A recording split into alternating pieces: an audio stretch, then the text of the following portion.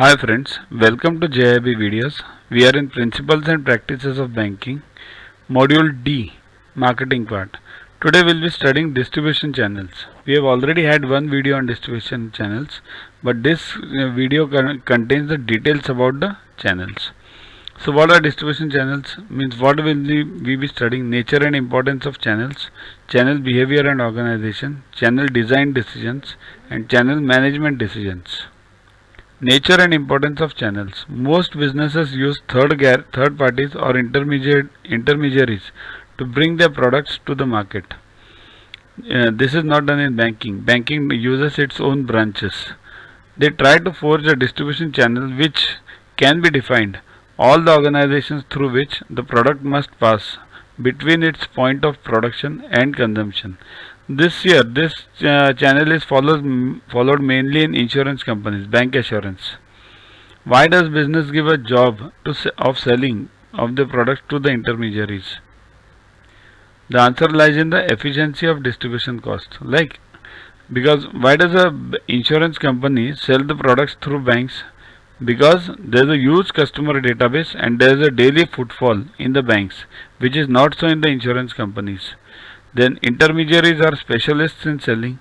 They have the contacts, experience and scale of operations, which means that the greater sales can be achieved than if producing business tried to sell the same themselves. Channel behavior and organization. Here, let's take an example of car dealer, say Toyota dealer.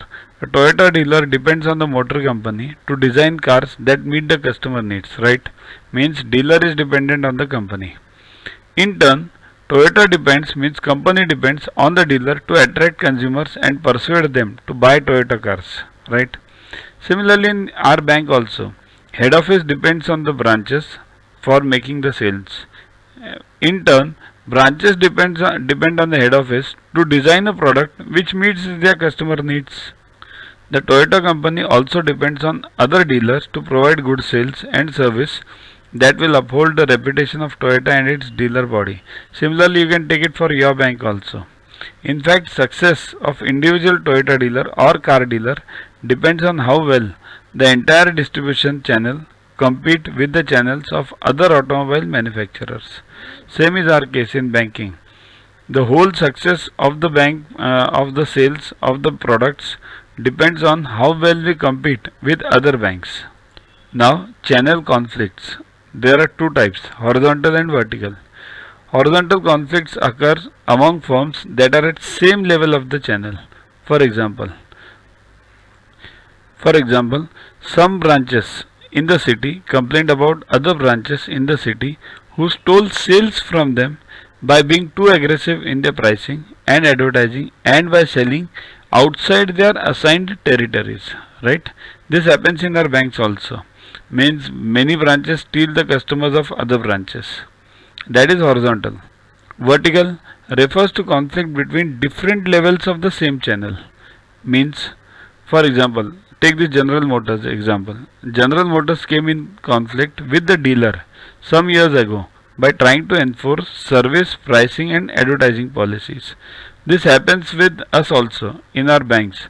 Head office tries to enforce their policies of advertising and pricing and selling, but customers have a different requirement. Then there is a conflict between the branch and the head office. Channel design decisions. Analyzing customer needs, lot size, waiting and delivery time, spatial convenience means the size of the branch, product variety and service backup. Establishing channel objectives. Channel objectives should be stated in terms of targeted service output levels. Means what?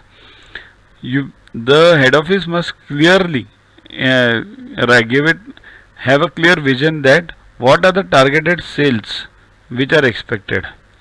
Channel design must take into account the strengths and weaknesses of different types of intermediaries. Means what is the knowledge level of the branch persons, what is the demographics. Demographics means age, sex and other things related to physical attributes. So what are those attributes? Identifying major channel alternatives means it is defined by three elements: the type of available business intermediaries, number of intermediaries needed, and the terms and responsibilities of each channel member. Here, channel member alternatives means there can be branch channel also, there can be DSA channel also. DSA means you generally carry out the business correspondent channel, and there can be an internet channel also where no one is needed. And last is evaluating major channel alternatives, means all the alternatives need to be checked thoroughly for cost, and then implications need to be done. What are the factors while considering the channel objectives? Here, it is a channel objectives are part and result of the company's marketing objectives that need to be stated in terms of targeted service output levels. Price considerations and asset utilization is a must be reflected in channel objectives, means this is of prime importance.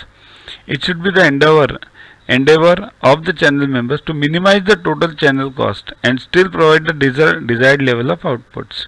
So that should be the basic aim, minimize the total channel cost. For example, perishable goods, they have a danger of delays and expiry, so they need more direct channels. Products requiring installation and maintenance services are usually sold and maintained by the company or exclusively branch dealers.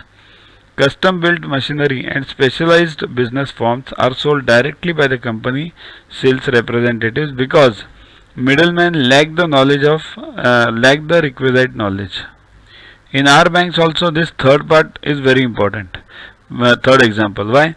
If you appoint a business correspondent or a sales agent, then what happens? He might not have that much banking knowledge while promising something to the customer. So that's why it is generally sold by the bank persons only. Identifying the major channel alternatives. So what are the companies can choose wide variety of channels for reaching the customers, from Salesforce to agents, distributors, dealers, direct mail, telemarketing, and internet. Three elements of channel alternatives. The type of business intermediaries, means who are the persons in the channel, channel members basically. In our case, it is zonal office and the branches, zonal, regional, and branches. So, company sales force, prospects in the area, manufacturers, agency, industrial distributors. In our case, it is head office, zonal office, regional office, and branch. Number of intermediaries. Intensive distribution and exclusive distribution. Means intensive means what? Distributing through masses to any and every person, and exclusive means through the branches only. So we follow exclusive distribution. Terms and responsibilities of each channel participant. Price policies, condition of sales, territorial rights, and specific service to be performed by each party. Means each channel partner, means each branch we can say, must adhere to these things. Price policies, you can't sell the products of banking products without the pricing policies or by defying the pricing policies. So conditions of sale and territorial rights, you can't enter into other branches territories, at least for now. In private banks it's nothing like that, there is no territory as such. Evaluating major channel alternatives. Here you just remember the headings. Economic criteria. Each channel alternative will produce different level of sales and cost. Then control criteria. Channel evolution has to include control issues. Using sales agency poses a control problem. Then adaptive criteria. Each channel involves some duration of commitment and loss of flexibility. What is the process of channel management decisions? Here, selecting the channel members.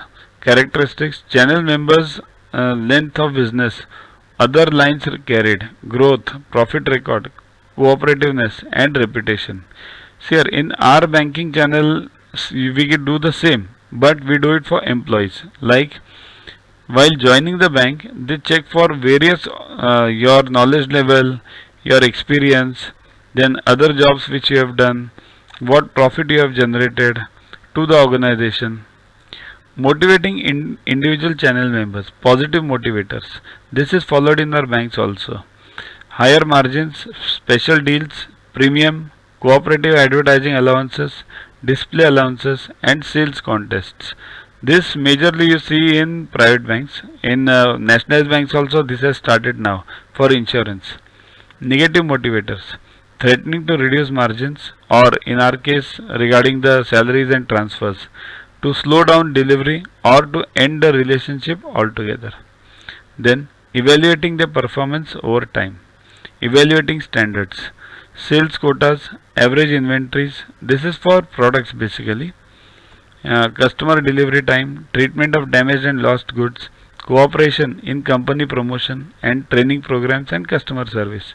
In banking channel, it will be instead of sale quotas, it is sales targets. Average inventory, there is no inventory as such.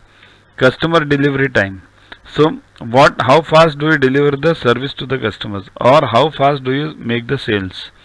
Treatment of damaged and lost goods, not our concern as such.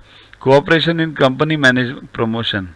So how does the branch as such work as a whole rather than individual persons to bring the results? What are the various distribution channels in banking? Here kiosk, then mobile banking, then ATMs, then B2B, internet banking, phone banking, branch. So that was it regarding distribution channels. Download Yuvaguru app from Play Store to get his videos, tests, question banks with explanations, new job openings on your mobile. Get 500 plus questions with explanations and case studies on your PC. It's a separate paid version. Follow us on Facebook on this link. WhatsApp us on this number for any query related to purchases. Keep studying, keep watching. Thanks.